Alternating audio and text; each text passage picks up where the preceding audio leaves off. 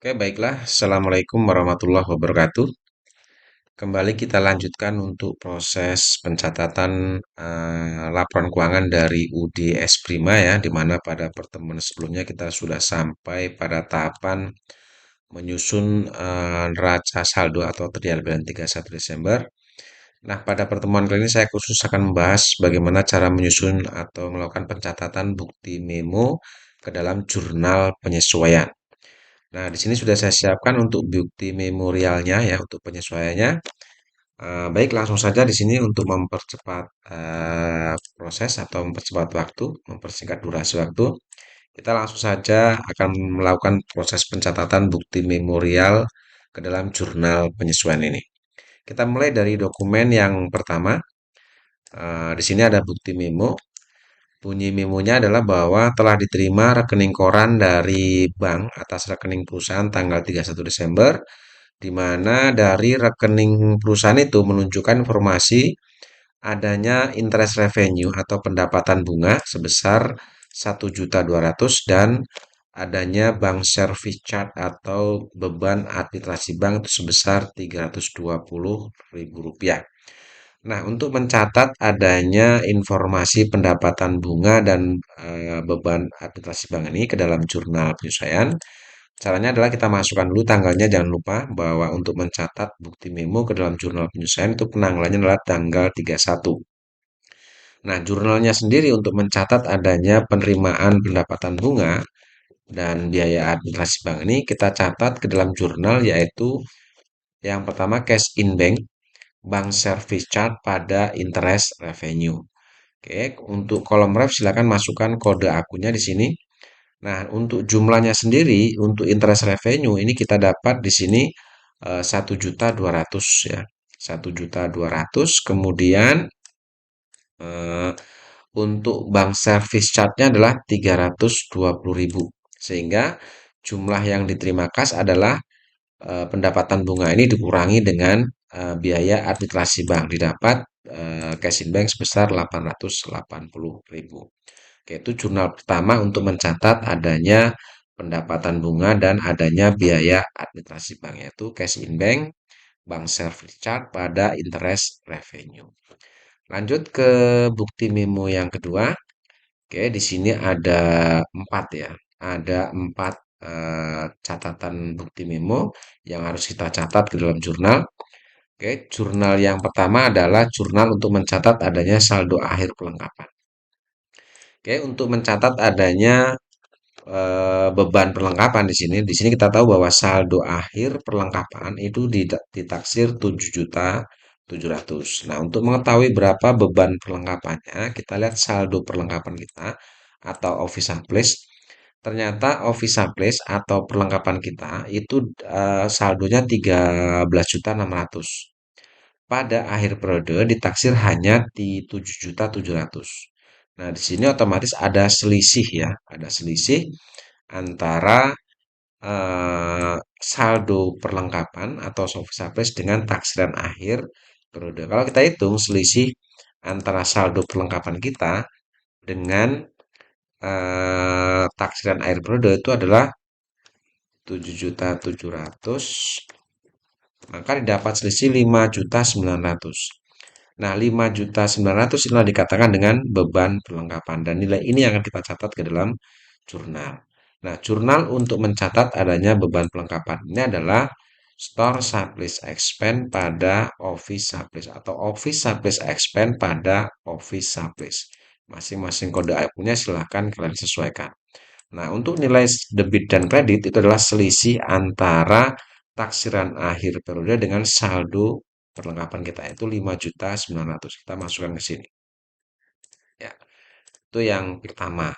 Yang kedua, jurnal untuk mencatat adanya beban asuransi bulan Desember. Di sini diketahui bahwa beban asuransi bulan Desember itu adalah 1 juta. Nah, munculnya beban asuransi bulan Desember sebesar 1 juta, ini akan kita catat ke dalam jurnal, yaitu insurance expense pada prepaid insurance. Masing-masing kode akunnya silahkan disesuaikan.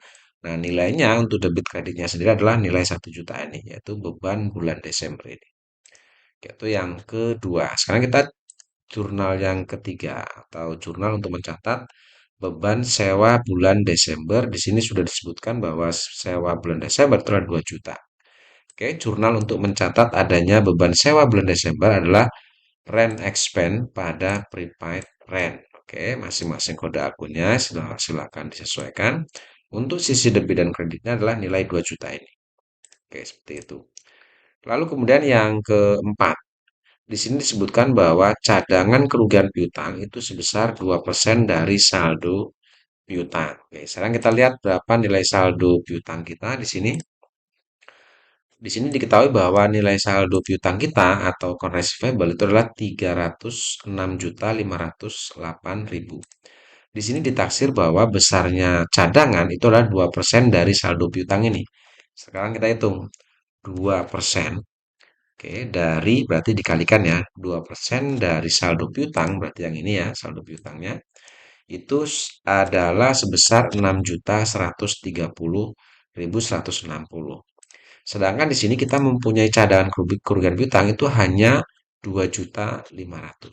Berarti ada kekurangan cadangan di sini. Sekarang selisih antara taksiran cadangan kerugian piutang sebesar 2% dari saldo piutang dengan saldo cadangan kita ada selisih 3.630.160 rupiah. Nah, nilai inilah disebut dengan beban kerugian piutangnya.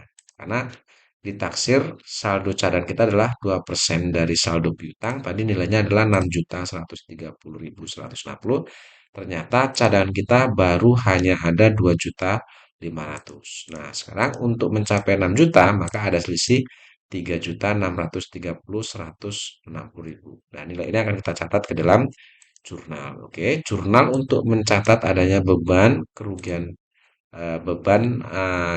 piutang itu adalah bad debt expense atau beban kerugian pada cadangan kerugian piutang.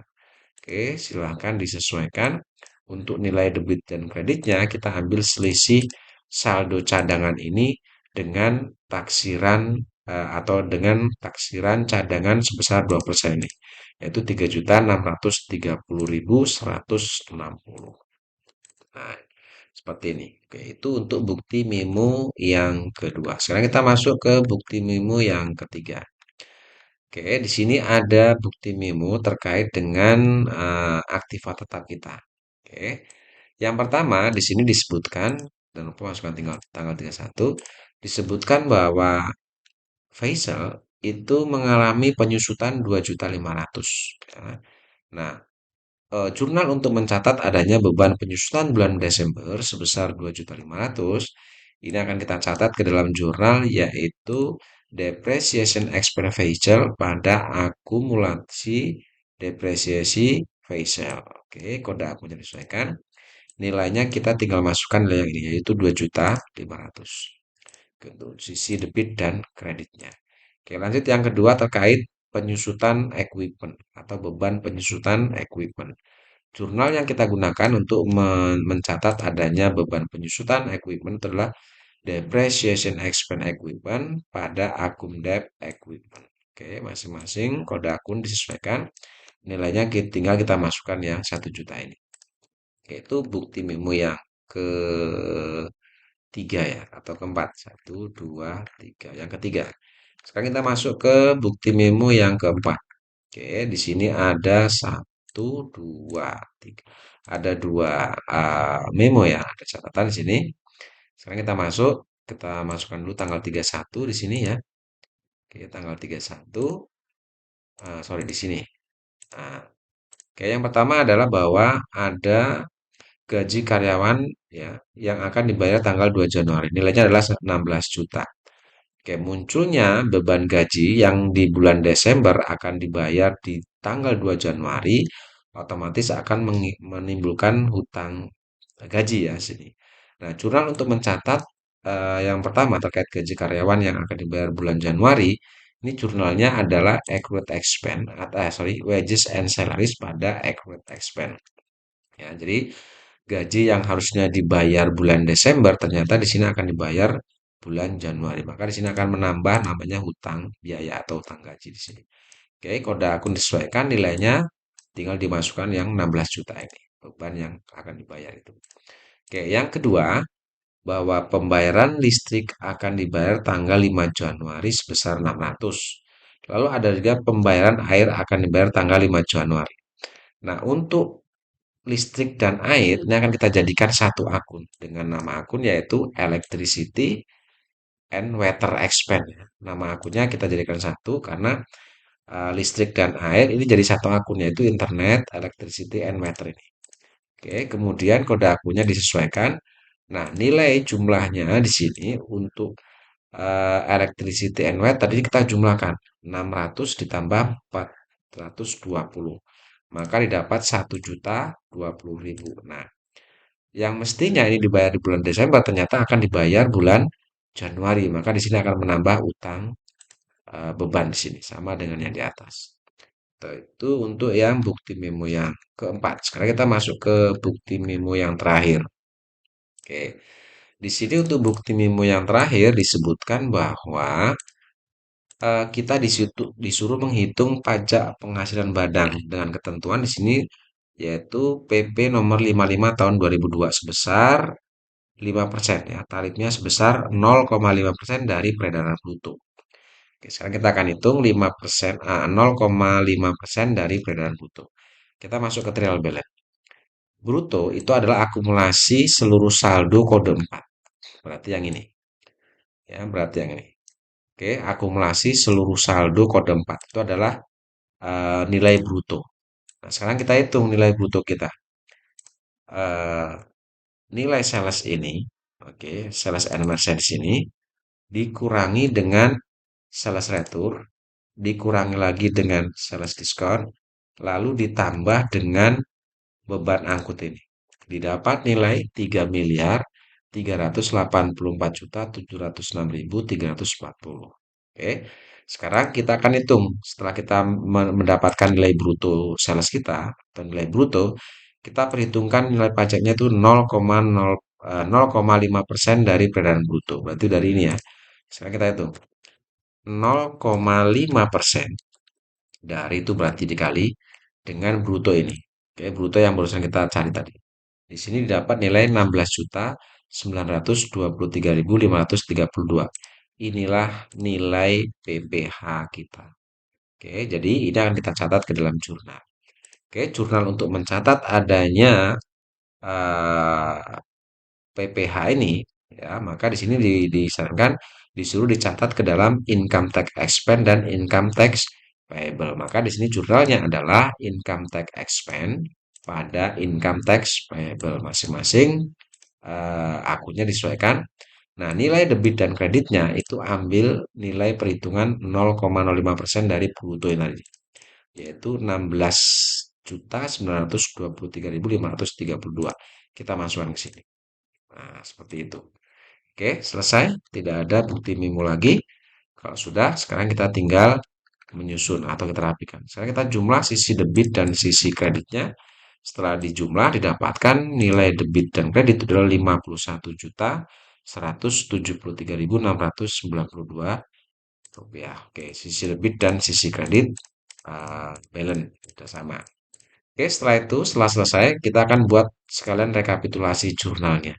Ya, seperti yang pada pertemuan sebelumnya, bagaimana cara menyusun data rekapitulasi ini cukup mudah ya. Jadi untuk mengelompokkan akun-akun yang muncul di sisi sebelah debit dan akun-akun yang muncul di sisi sebelah kredit. Oke, di sini saya tandai yang akun-akun yang muncul di sisi sebelah debit, itu yang warna merah.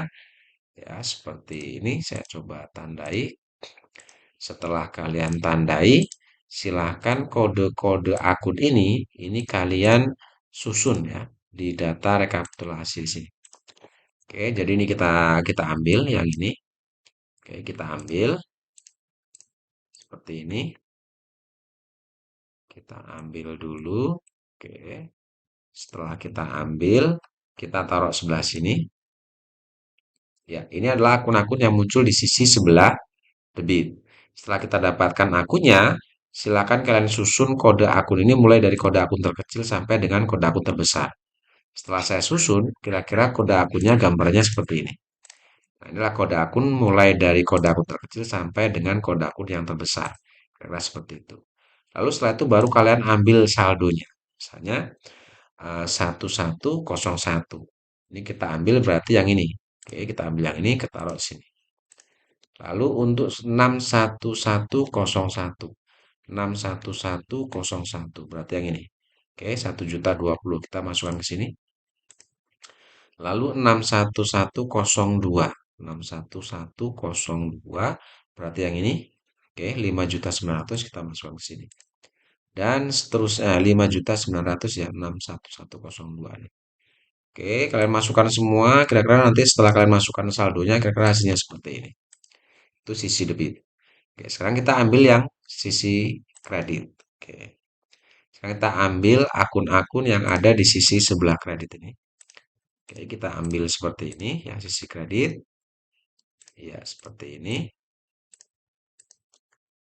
Oke, setelah itu kalian ambil taruh sini kira-kira. Nah, ini adalah akun-akun yang muncul di sisi sebelah kredit. Oke, kalian perhatikan di sini ada dua akun yang sama.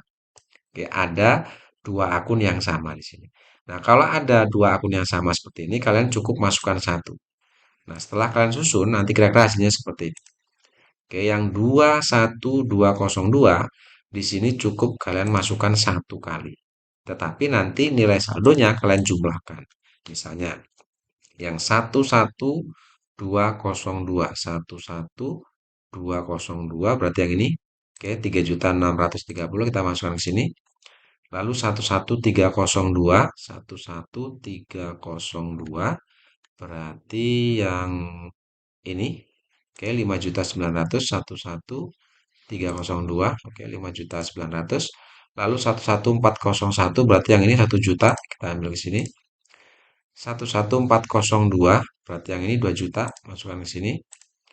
12201, 1212 ya ini berarti yang ini ya. 2.500.000 kita masukkan ke sini. Lalu yang 12202 berarti yang ini 1 juta. Oke. Lalu yang 21202, 21202. Oke, di sini ada dua ya. Berarti ini jumlahnya kita ambil. Yang ini ditambahkan dengan ini. Kita jumlahkan, lalu kalian letakkan di sini. Nah, seperti ini. 17.020.000 ini kalau kita jumlahkan. 21203 berarti yang ini 16 juta sekian. Dan yang terakhir 81101 yang ini 1.200.000. Nah, seperti itu. Setelah itu kita jumlahkan ke bawah yang ini. Kita jumlahkan, setelah saya jumlahkan didapat nilai 51 juta sekian dan ini pun sama 51 juta sekian. Jumlah di rekapitulasi harus sama dengan jumlah di jurnal. Oke, seperti itu. Cara menyusun jurnal penyesuaian. Saya rasa tidak terlalu sulit ya. Setelah ini kita akan lanjutkan membahas bagaimana cara menyusun neraca lajur atau worksheet. Saya rasa cukup sampai di sini. Terima kasih. Assalamualaikum warahmatullahi wabarakatuh.